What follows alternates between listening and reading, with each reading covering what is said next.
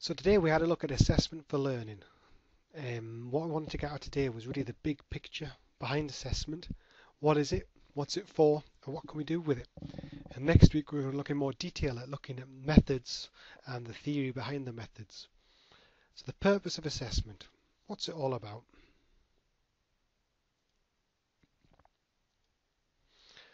And that was the question we asked.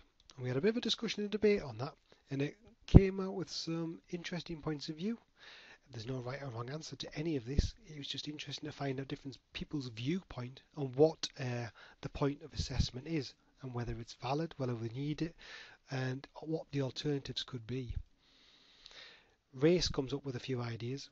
He thinks assessment is to diagnose faults, to give us feedback on how our learners are progressing, to give improvement and to motivate students, to provide statistics for the course and for the institution, to enable grading and classification, and to add variety to the student's learning experience. It is another tool you can use to add something a little bit different to your teaching. And then the question was posed, should we just get rid of assessment altogether? Let's just not bother with it. And I think, I'm paraphrasing here, but the group got together and thought, well, not really, no. We need assessment to be able to gauge people's ability, to be able to standardise them across each other, the country, between different schools. It helps employers decide, what is needed, what level of entry a person would need to get a job, etc. And I think we did identify some areas where assessment could be got rid of. I got on my soapbox a bit about SATs and about spelling tests, etc. But that's just my opinion. You may have something a little bit different. What we didn't do, but it was something you can think about, is assessment itself. When should it be done? What does it look like? Did you have any bad experiences of assessment? And what types and purposes are there? Just in general, thinking about it. Different types of methods of assessment. We can get onto that next week. Some definitions here. This is the one I showed in the class.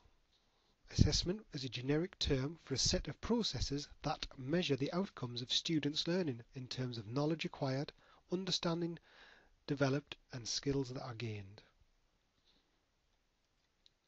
There's also a couple of others. One from Petty, assessment measures the depth and breadth of learning.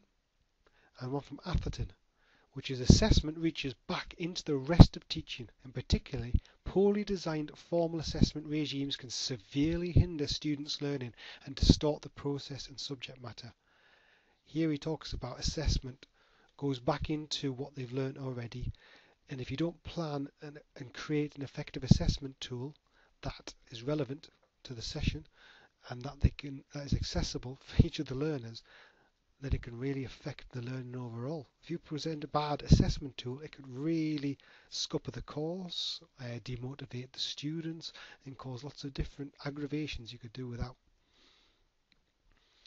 Types of assessment. We briefly covered this just to show the overview of what they are, and we'll come back to these next week when we talk about individual methods.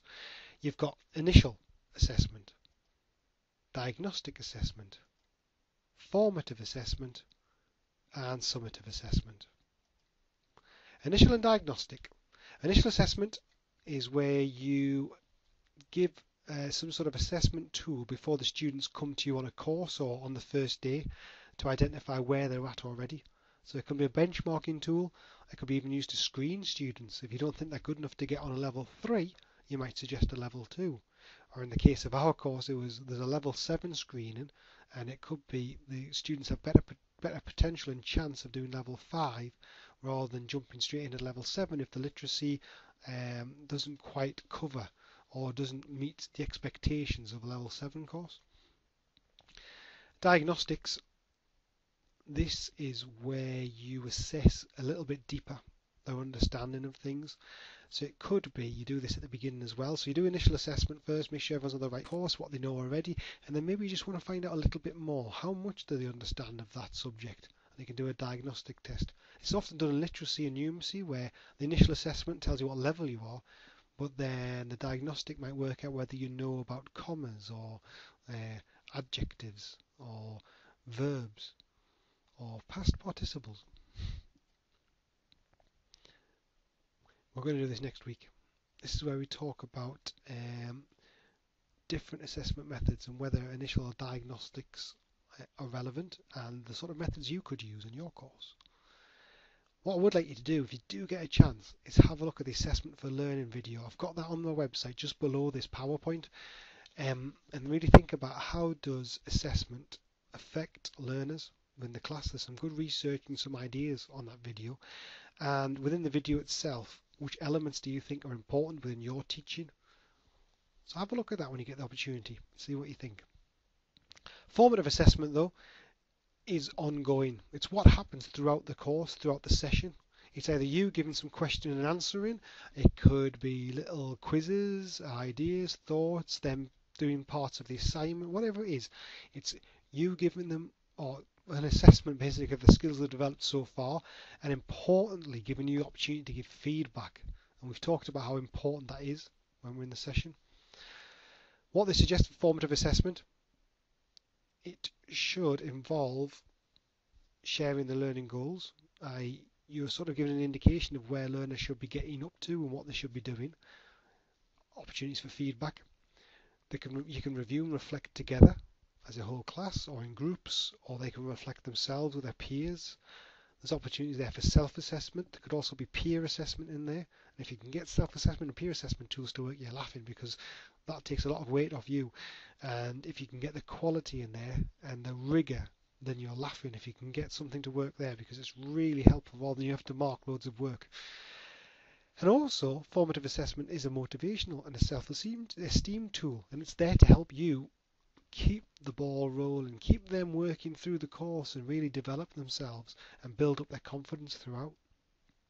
Summative assessment is the thing at the end. Is it the exam? Is it an assignment they've got to do? Is it practical they have to demonstrate? It's whatever it is that assesses the final knowledge or skills so they can demonstrate it back to you. There are some alternative summative types. There's norm referenced, where the candidates are on a comparative scale and compares their performance with others in the group. And the idea behind this is to maintain a standard. So the top 10% get A, the next 10% get B, whatever the marks are. It sort of sets a selection of particular grades. And there is a big assumption here that whatever the assessment tool is, that performance of the students fits a normal distribution curve. And what I mean by that is that bell curve that goes up and then down. So the majority of the students will be somewhere in the middle. There'll be a small percentage that'll be brilliant and a small percentage that struggled. And that's what it assumes with norm reference, that you can find the top 10%, the majority are in the middle, and yours at the bottom. For example, a small percentage will get A's, and most will get between 40 and 60 when it comes to something like A levels. It adjusts the raw results to fit the normal distribution curve, and that does create a quota, which is good, but then you've got to be careful about how weak the students are, because it could be that a whole cohort is weak and therefore it brings the quality of it down. Maybe that's what we see in the press when people say GCSEs and A levels are getting easier. It's not the exam that's getting easier necessarily, it's just the grades that are coming out, and when it's put into the bell curve and then top 10% are given A's, maybe there's something in that. Then you've got criteria referenced. So there's a set criteria somewhere that you can assess them against. So it could be a grid, it could be a checklist. It does allow for some movement in there. So it gives a pass merit distinction, or it might be, well, that was a minor fail but doesn't quite count as a full fail, so they still pass the criteria. And it could be maybe across the whole course where a majority of modules have been passed, but there's one less than 35% or something, but it doesn't matter because the majority have been passed, therefore you've passed the course. Then there's competence based, which is the sort of NVQ model, and that is against a set criteria, that is pass or fail. So you don't get a choice, you don't have a little bit of movement in there. It's either they've done it or they haven't, and that's a valid test. But then you've got to think about, well, does that lead to people teaching to the test? Is it a behaviourist model without taking into consideration lots of different things, whereby they just have to show and demonstrate they've passed without fully understanding it? I mean, there are some cases where I've seen NVQs being assessed on site, whereby the person's done the job and got the tick for it, but I don't think they fully understood what they were doing, why they were doing it, and what might happen if they didn't do it, or the consequences behind that. So they're all valid. They're all different ways of doing it. There's reasons for and against doing each one. And then overall, there's some models of assessment. There's the classical model, the liberal model, and the objective model. Classical model is the one where they learn lots of knowledge, lots of information, regurgitated back through a test. Liberal model is the cuddly one, where, oh, go on, do this assignment, you've got as long as you want, just get on with it, we'll help you through, we'll guide you through, we'll develop you through, and eventually you'll pass. And then there's the objectives model, and that's the one that's pass or fail. So yeah, you're either good at it or you're not. There's no in between. There's pass or fail. I don't know, pilots, that'd be quite handy. The pilots either pass or fail. What I have asked you to do and take away for homework, and we'll talk about at the beginning of the next lesson, is a few questions to think when you're thinking about the bigger picture. There is how can assessment distort teaching and learning? How far do we assess only what we can grade, especially numerically? What that means is, do we shy away from testing more challenging skills? Is it something where we can say, instead of trying to mark the working out, we just mark the final grade? Does assessment act as a gatekeeping mechanism to exclude rather than include? Teaching is supposed to be inclusive. We're supposed to try and include as many people as possible. However, doesn't assessment come in there and stop that from happening? And how can we make assessment inclusive? Big question there. Something very useful for your assignment. And why are the tensions between unseen exam and tests and coursework? Unseen exams are the ones where you've got to remember everything. You're not allowed to take in any books. You've just got to sit this paper that you've never seen before and just do the questions. Coursework is where you can work through the work and develop it as it's ongoing. A lot of project-based learning is seen as very effective, but is it the right way of doing things? Have a think of that question. There are a couple of videos to have a look at that are extra viewing. I would suggest you have a look at the big debate, which I've listed at the bottom here, about assessment and testing. And there's also, I mentioned in the lecture about the Education 2030. What should education be like in 2030? There's a lot of discussion on assessment there. In particular, why do we go in year groups? At school, we teach, if you're 7, you're in year 2. When you're 8, you go to year 3. If you're 9, why? What's giving you the right to move to the next level? Should we do that? Should we not make it so the groups are a little bit more dynamic than that? In maths, you might be a few groups ahead. In history, you might be a few groups behind. In social studies, you're in the same age group because it's really important to learn with your peers. Shouldn't we do it that way? Instead of going every year, you move from one year to the next, and the work gets a little bit harder. What about those that are left behind? What about those that want to dash ahead? Big thing about that really bugs me, about holding people back at school because you're not ready for the next level because they're not in that group yet because they're not old enough. Why not?